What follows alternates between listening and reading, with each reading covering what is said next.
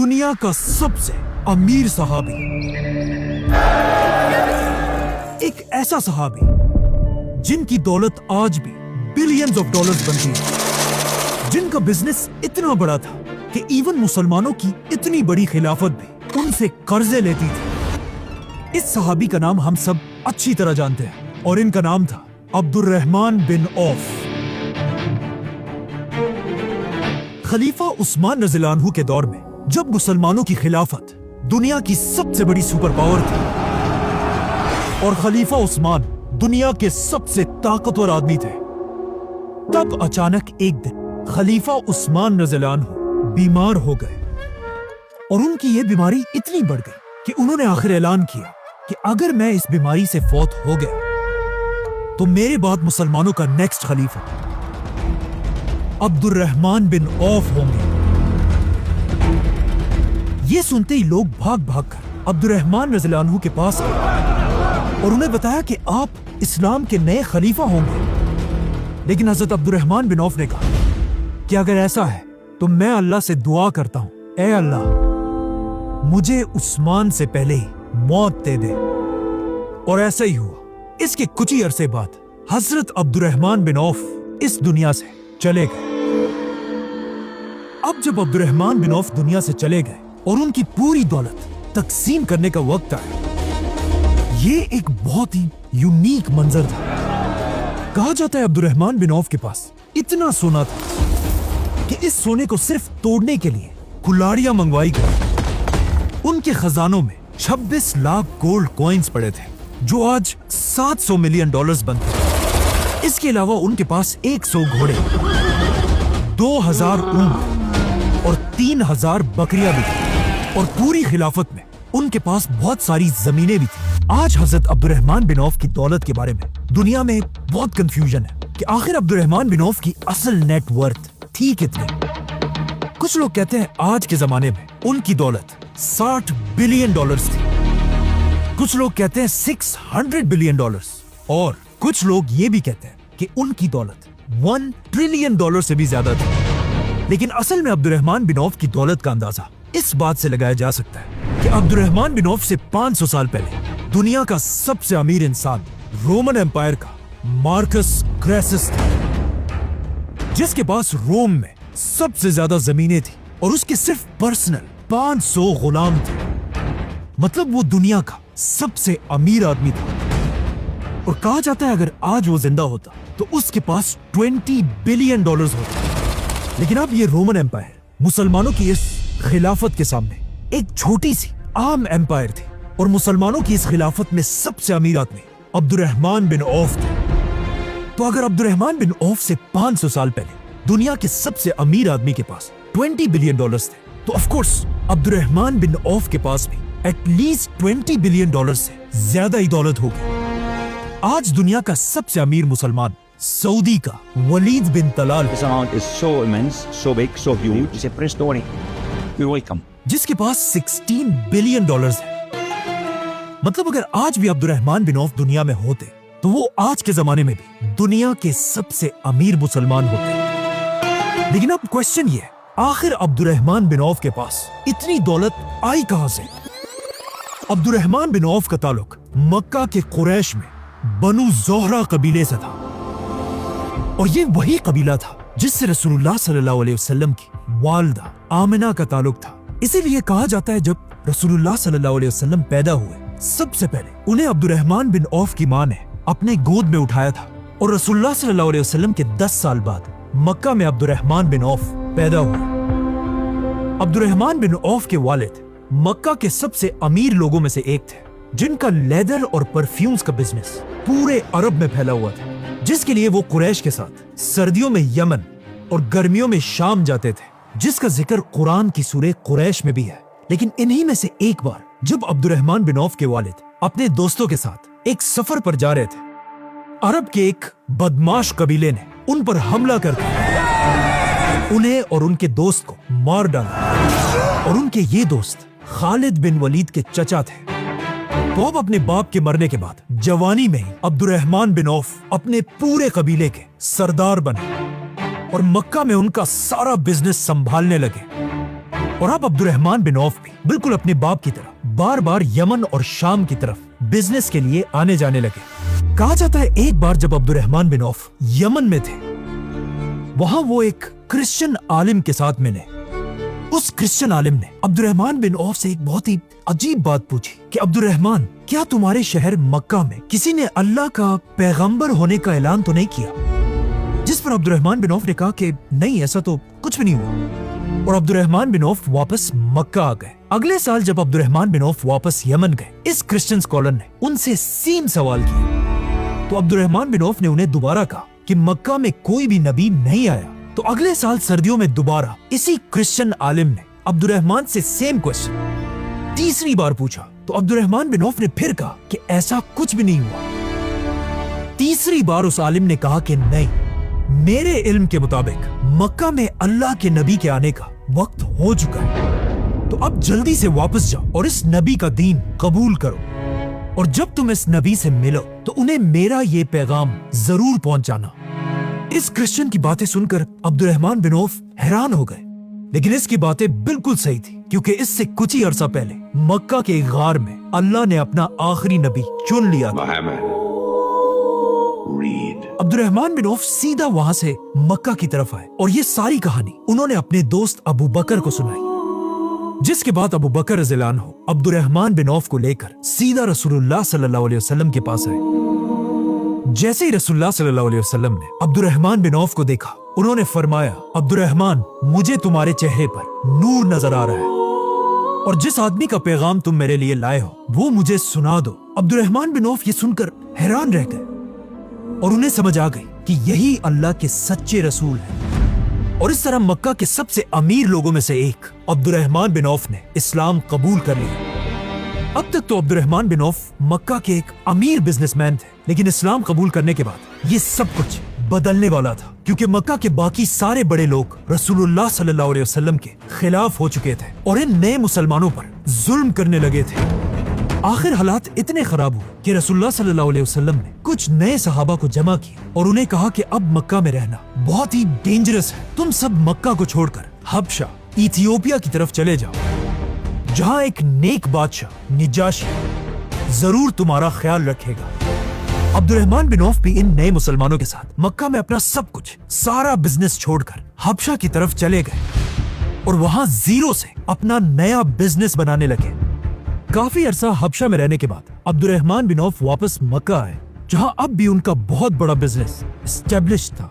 लेकिन जैसे ही वो मक्का पहुंचे, मुसलमान अब मक्का से मदीना की तरफ हिजरत करने की प्लानिंग कर रहे थे, जिसके बाद आहिस्ता आहिस्ता मुसलमान मक्का से मदीना की तरफ शिफ्ट होने लगे। लेकिन जब अब्दुर्रहमान बिन औफ के जाने का वक्त आया, मक्का के सारे बड़े सरदार आकर अब्दुर्रहमान बिन औफ के सामने बैठे और उनसे कहने लगे कि अगर आप भी मक्का को छोड़कर चले जाएंगे तो मक्का की सारी इकोनॉमी तबाह हो जाएगी। मतलब अब्दुर्रहमान बिन औफ के पास इतनी दौलत थी कि उनके जाने से पूरे मक्का की इकोनॉमी क्रश हो सकती थी। लेकिन जब अब्दुर्रहमान बिन औफ ने उनकी बात नहीं मानी, उन्होंने अब्दुर्रहमान रज़ियल्लाहु अन्हु के सामने एक शर्त रखी कि अगर आप जाना चाहते हैं तो जरूर जाएं, लेकिन आपको अपना सारा बिजनेस और सारी दौलत मक्का में छोड़ कर जाना होगा। अब अब्दुर्रहमान बिन औफ रज़ियल्लाहु अन्हु के पास दो ऑप्शंस थे, या तो मक्का में रहकर हमेशा एक रिच बिजनेसमैन की तरह आराम से अपनी जिंदगी गुजारे, और या अपना सब कुछ छोड़कर रसूलुल्लाह सल्लल्लाहु अलैहि वसल्लम के साथ मदीना की तरफ हिजरत करें और वहां एक गरीब आदमी की तरह अपनी जिंदगी दोबारा शुरू करें। तो ऑफ कोर्स अब्दुर्रहमान रज़ियल्लाहु अन्हु बगैर किसी झिझक के अपना सब कुछ मक्का में छोड़कर खाली हाथ मदीना की तरफ रवाना हुए। अब जब रसूलुल्लाह सल्लल्लाहु अलैहि वसल्लम के साथ सारे मुसलमान मदीना में जमा हो गए थे, रसूलुल्लाह सल्लल्लाहु अलैहि वसल्लम ने सारे मुसलमानों की एक बहुत बड़ी मीटिंग बुलाई, जहां रसूलुल्लाह सल्लल्लाहु अलैहि वसल्लम मक्का से आने वालों को मदीना वालों के भाई बनाने लगे।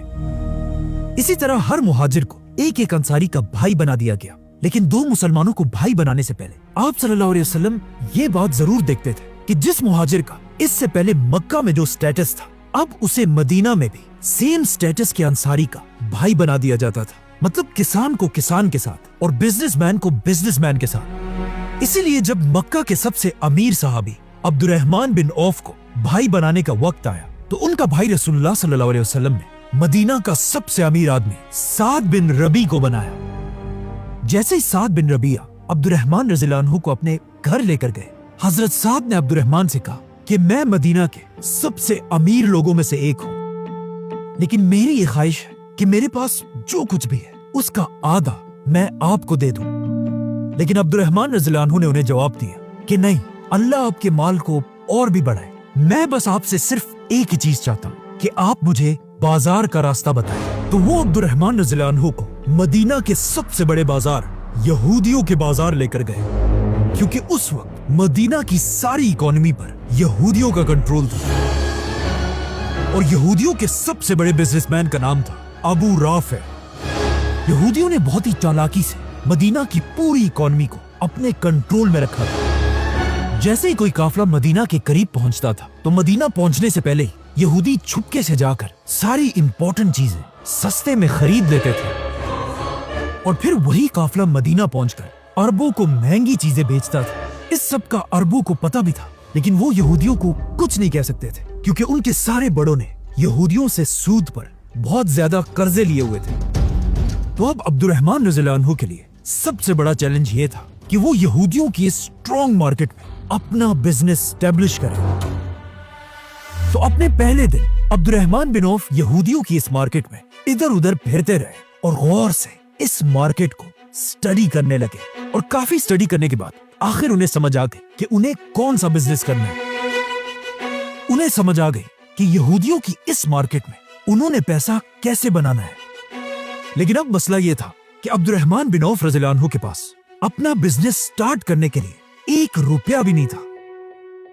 تو وہ سیدھا ایک مسلمان دکاندار کے پاس گئے اور ان کے ساتھ ایک ڈیل کی کہ بغیر پیسوں کے ابھی میں تم سے گھی، بٹر اور کھجور لے کر جاؤں گا، اور انہیں اپنے طریقے سے بیچ کر شام کو تمہارے پورے پیسے تمہیں لوٹا دوں گا، اور پروفٹ ہم دونوں کا آدھا آدھا ہوگا، مطلب پروڈکٹ تمہارا اور مارکیٹنگ میری۔ ایسے بزنس کو آج تک پروفٹ شیئرنگ بزنس یا مضاربہ کہا جاتا ہے۔ یہ چیزیں لے کر عبد الرحمن بن عوف مدینہ کی اس مارکیٹ میں پھرتے رہے، اور کسی طرح ان چیزوں کو بیچ کر انہوں نے تھوڑا سا پروفٹ کمایا، اپنے پارٹنر کو پورے پیسے واپس دیے، اور اپنے پروفٹ سے کچھ کھانے پینے کی چیزیں خرید کر اپنے بھائی سعد بن ربیع کے گھر لے کر گئے۔ سعد بن ربیع یہ دیکھ کر حیران رہ گئے کہ جس بندے کے پاس صبح کچھ بھی نہیں تھا، شام کو وہ الٹا ہمارے لیے کھانے کی چیزیں لے کر آئے۔ اسی طرح عبد الرحمن بن عوف ہر دن یہودیوں کی اس مارکیٹ جانے لگے اور تھوڑا تھوڑا پروفٹ کمانے لگے۔ کچھ عرصہ گزرنے کے بعد عبد الرحمن بن عوف نے سوچا کہ کیوں نہ میں اس بٹر اور کھجور کو ملا کر اس سے ایک مشہور عرب سویٹ ڈش بناؤں جسے ہائس کہا جاتا تھا۔ تو انہوں نے ایسا ہی کیا، اور اس سے عبد الرحمن بن عوف کے پروفٹس ڈبل ہو گئے۔ جیسے عبد الرحمن بن عوف کی دولت تھوڑی بڑھنے لگی، ایک دن وہ رسول اللہ صلی اللہ علیہ وسلم سے ملے۔ آپ صلی اللہ علیہ وسلم نے ان کے کپڑوں پر کچھ سیلیبریشن کے نشان دیکھے، تو عبد الرحمن رضی اللہ عنہ نے انہیں بتایا کہ میں نے شادی کر لی ہے۔ مکہ سے آنے والے سارے مہاجروں میں عبد الرحمن بن عوف پہلے آدمی تھے جنہوں نے مدینہ میں شادی کی تھی، کیونکہ حضرت عثمان کے بعد صرف عبد الرحمن بن عوف ہی شادی کرنا افورڈ کر سکتے تھے۔ شادی کے بعد بھی عبد الرحمن بن عوف کا بزنس بڑھتا رہا، اور اب وہ اپنے باقی بزنسز کے ساتھ ساتھ گھوڑوں کا بزنس بھی کرنے لگے، اور مدینہ کے لوگ ان سے گھوڑے خریدنے لگے۔ یہاں پر عبد الرحمن بن عوف نے ایک بات نوٹ کی کہ جب بھی کوئی ان سے گھوڑا خریدنے آتا ہے، انہیں اس گھوڑے کے ساتھ ساتھ گھوڑے کے سیڈلز اور باقی چیزوں کی بھی ضرورت ہوتی ہے۔ تو اب آف کورس عبد الرحمن بن عوف نے یہ بزنس بھی شروع کر دیا، اور اس کے بعد آخر عبد الرحمن رضی اللہ عنہ نے مدینہ میں کپڑوں، لیدر اور پرفیومز کا بزنس دوبارہ شروع کیا، اور یہ وہی بزنس تھے جو مکہ کے لوگوں نے عبد الرحمن بن عوف سے زبردستی چھینے تھے۔ آخر عبد الرحمن رضی اللہ عنہ کا بزنس اتنا بڑھ گیا، یہاں تک کہ عبد الرحمن بن عوف کے بڑے بڑے قافلے مدینہ سے یمن اور شام آنے جانے لگے۔ اب فائنلی مسلمانوں کا سب سے بڑا بزنس مین عبد الرحمن بن عوف یہودیوں کے سب سے بڑے بزنس مین ابو رافع کو ٹکر دینے کے لیے تیار تھے۔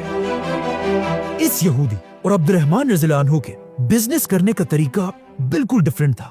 یہودی آپس میں سستی چیزیں اور دوسروں کو مہنگی چیزیں بیچتے تھے، لیکن عبد الرحمن بن عوف کے قافلوں میں سب کو ایک ہی ریٹ میں چیزیں بیچی جاتی تھی۔ یہودی بزنس مین ہمیشہ اپنا سامان بیچتے ہوئے ہمیشہ جھوٹ بولا کرتے تھے، और खराब चीज भी महंगी बेचते थे, जिसकी वजह से लोग इनके काफिलों को ट्रस्ट नहीं करते थे। जबकि अब्दुर्रहमान बिन औफ रज़ियल्लाहु अन्हु पहले ही कस्टमर्स को बता देते थे कि कौन सी प्रोडक्ट में क्या क्या मसले हैं, जिससे लोग अब्दुर्रहमान बिन औफ के काफिलों को ज्यादा ट्रस्ट करते थे। अब्दुर्रहमान बिन औफ अपने बिजनेसेस के लिए किसी से कर्जे नहीं लेते थे। हर बिजनेस अपने पैसों से किया करते थे, चाहे जितना भी छोटा क्यों ना हो, जिसे आज बूट स्ट्रैपिंग बिजनेस कहते हैं। और अब्दुर्रहमान बिन औफ के काफिलों में कस्टमर्स के हर मसले को उसी टाइम फिक्स किया जाता था, जिस तरह आज भी वॉलमार्ट और अमेज़न जैसी कंपनीज में होता है। Thank you for calling Select Voice Call. और इन्हीं स्ट्रेटजीज की वजह से आखिर अब्दुर्रहमान बिन औफ सारे यहूदियों को पीछे छोड़ के मदीना के सबसे अमीर आदमी बने। ये सब देखकर एक दिन किसी ने अब्दुर्रहमान बिन औफ से पूछा कि आखिर आपने इतना बड़ा बिजनेस बनाया कैसे? तो उन्होंने जवाब दिया कि मैंने कभी भी ऐसा कोई भी पत्थर नहीं उठाया जब तक मुझे ये उम्मीद ना हो कि उस पत्थर के नीचे गोल्ड होगा। ये तो थे अब्दुर्रहमान बिन औफ के बिजनेसेस, लेकिन इस सब के अलावा भी अब्दुर्रहमान रज़ियल्लाहु अन्हु आप सल्लल्लाहु अलैहि वसल्लम के साथ हर जंग में बहादुरी से खड़े थे और अपने इसी बिजनेस के दौलत से मुसलमानों की इस आर्मी को सपोर्ट करते रहते थे। यहाँ तक कि जंगे ओहद में आप सल्लल्लाहु अलैहि वसल्लम को डिफेंड करते हुए अब्दुर्रहमान रज़ियल्लाहु अन्हु पर तलवार के 21 वार किए गए और वो इतने जख्मी हुए कि ओहद की जंग के बाद वो कभी भी सही तरह नहीं चल सकते थे। अब्दुर्रहमान बिन औफ आप सल्लल्लाहु अलैहि वसल्लम के इतने ट्रस्टेड आदमी थे कि एक दिन आप सल्लल्लाहु अलैहि वसल्लम ने उन्हें अपने पास बुलाया, उनके सर पर खुद अपने हाथों से काली पगड़ी बांधी और फिर उन्हें मुसलमानों की एक फौज का लीडर बनाकर अरब का एक इलाका फतह करने के लिए रवाना किया और उन्होंने वो इलाका फतह कर लिया। जिसके बाद जब मुसलमान खैबर की जंग जीते, आप सल्लल्लाहु अलैहि वसल्लम ने अब्दुर्रहमान बिन औफ को खैबर के 2 बड़े बाग गिफ्ट दिए। लेकिन खैबर के जंग के बाद अब्दुर्रहमान बिन औफ की पुरानी जिंदगी का एक वाकया दोबारा उनके सामने आया। एक दिन आप सल्लल्लाहु अलैहि वसल्लम ने अपने जनरल खालिद बिन वलीद को अरब का एक कबीला फतह करने के लिए भेजा। खालिद बिन वलीद आप सल्लल्लाहु अलैहि वसल्लम के हुक्म से फुल स्पीड उस कबीले की तरफ रवाना हुए, लेकिन वहां पहुंचते ही उन्होंने किसी कंफ्यूजन की वजह से वहां के कुछ लोगों को मारने का हुक्म दिया, जिसे हम पहले ही एक्सप्लेन कर चुके। इन लोगों को मारने की वजह से कुछ सहाबा खालिद बिन वलीद से नाराज थे, क्योंकि ये वही कबीला था जिसने इससे बहुत साल पहले मक्का के एक काफिले पर हमला किया था। जब अब्दुर्रहमान बिन औफ के वालिद अपने दोस्तों के साथ एक सफर पर जा रहे थे, अरब के एक बदमाश कबीले ने उन पर हमला करके उन्हें और उनके दोस्त को मार डाला और उनके ये दोस्त खालिद बिन वलीद के चचा थे। जैसे ही खालिद बिन वलीद वापस मदीना पहुंचे, अब्दुर्रहमान बिन औफ सीधा उनकी तरफ बढ़े और कहा कि मुझे लगता है तुमने इस कबीले के लोगों को सिर्फ इसलिए मारा है ताकि तुम अपने चचा के खून का बदला ले सको। खालिद बिन वलीद इससे कुछ ही अरसा पहले मुसलमान हुए थे, तो खालिद बिन वलीद ने अब्दुर्रहमान रज़ियल्लाहु अन्हु को सख्त जवाब दिया और इस तरह इन दोनों की बहस बढ़ती गई। और ये बहस इतनी बड़ी कि रसूलुल्लाह सल्लल्लाहु अलैहि वसल्लम खुद इन दोनों सहाबा के पास आए और जब उन्होंने खालिद बिन वलीद को अब्दुर्रहमान रज़ियल्लाहु अन्हु के साथ बहस करते हुए देखा, तो आप सल्लल्लाहु अलैहि वसल्लम ने खालिद बिन वलीद से कहा कि मेरे सहाबा को कुछ मत कहो। अगर तुम ओहद के पहाड़ जितना सोना भी अल्लाह की राह में खर्च करो, तब भी तुम मेरे सहाबा के बराबर नहीं हो सकते। अब यहाँ मसला ये कि खालिद बिन वलीद और अब्दुर्रहमान रज़ियल्लाहु अन्हु दोनों सहाबा है, लेकिन इन दो सहाबा में फर्क है, क्योंकि अब्दुर्रहमान रज़ियल्लाहु अन्हु ने आप सल्लल्लाहु अलैहि वसल्लम का साथ उस वक्त दिया था जब सिर्फ थोड़े लोगों के अलावा कोई भी आप सल्लल्लाहु अलैहि वसल्लम के साथ खड़ा होने के लिए तैयार नहीं था। जबकि खालिद बिन वलीद तब मुसलमान बने थे जब इस्लाम काफी मजबूत हो चुका था। मतलब रसूलुल्लाह सल्लल्लाहु अलैहि वसल्लम की नजरों में अब्दुर्रहमान बिन औफ की इतनी इज्जत थी कि एक दिन जंगे तबूक के मौके पर जब सुबह की नमाज का वक्त हुआ और आप सल्लल्लाहु अलैहि वसल्लम वहां नहीं थे, ये देखकर मुसलमानों ने अब्दुर्रहमान बिन औफ रज़ियल्लाहु अन्हु को अपना इमाम बनाया और उनके पीछे नमाज शुरू कर दी। जैसे ही रसूलुल्लाह सल्लल्लाहु अलैहि वसल्लम नमाज के लिए पहुंचे, मुसलमान पहले ही नमाज की एक रकात पढ़ चुके थे।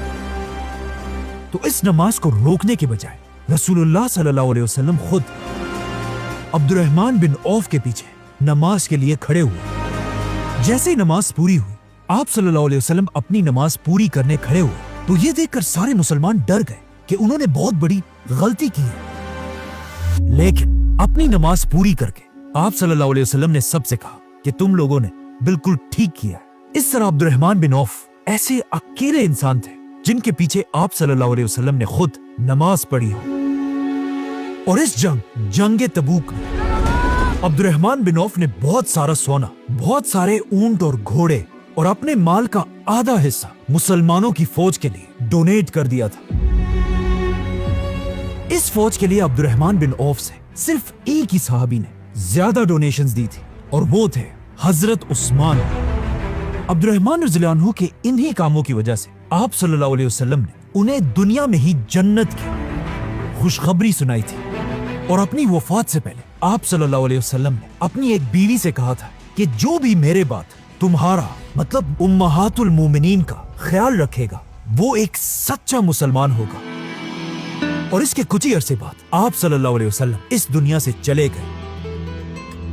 और आप सल्लल्लाहु अलैहि वसल्लम के बाद सारी उम्महातुल मोमिनीन का हमेशा अब्दुर्रहमान बिन औफ ही ख्याल रखा करते थे। आप सल्लल्लाहु अलैहि वसल्लम की वफात के बाद अब्दुर्रहमान बिन औफ मुसलमानों के सारे खलीफाओं के सबसे बड़े मिनिस्टर्स में से थे। और हजरत उमर ने अपने बाद खिलाफत के 6 बड़े सहाबा में अब्दुर्रहमान बिन औफ को भी नॉमिनेट किया था, जिसे हम एक्सप्लेन कर चुके हैं। इतनी बड़ी खिलाफत का मिनिस्टर होने के साथ साथ अब्दुर्रहमान बिन औफ का बिजनेस भी बढ़ता जा रहा था। और कहा जाता है मदीना का एक बहुत बड़ा हिस्सा सिर्फ अब्दुर्रहमान बिन औफ के बिजनेस से चलता था। ये वही मदीना था जहां कुछ ही साल पहले अब्दुर्रहमान बिन औफ अपना सब कुछ छोड़कर खाली हाथ आए थे। और आज वो इसी मदीना से दुनिया के सबसे अमीर आदमी थे। लेकिन इतना अमीर आदमी होने के बाद भी उन्होंने कभी भी अपने आप को किसी से ऊपर नहीं समझा, बल्कि उन्होंने अपनी ही बहन की शादी एक ऐसे सहाबी से कराई जो किसी जमाने में मक्का के एक गरीब गुलाम थे, हजरत बिलाल रज़ियल्लाहु अन्हु। सब्सक्राइब।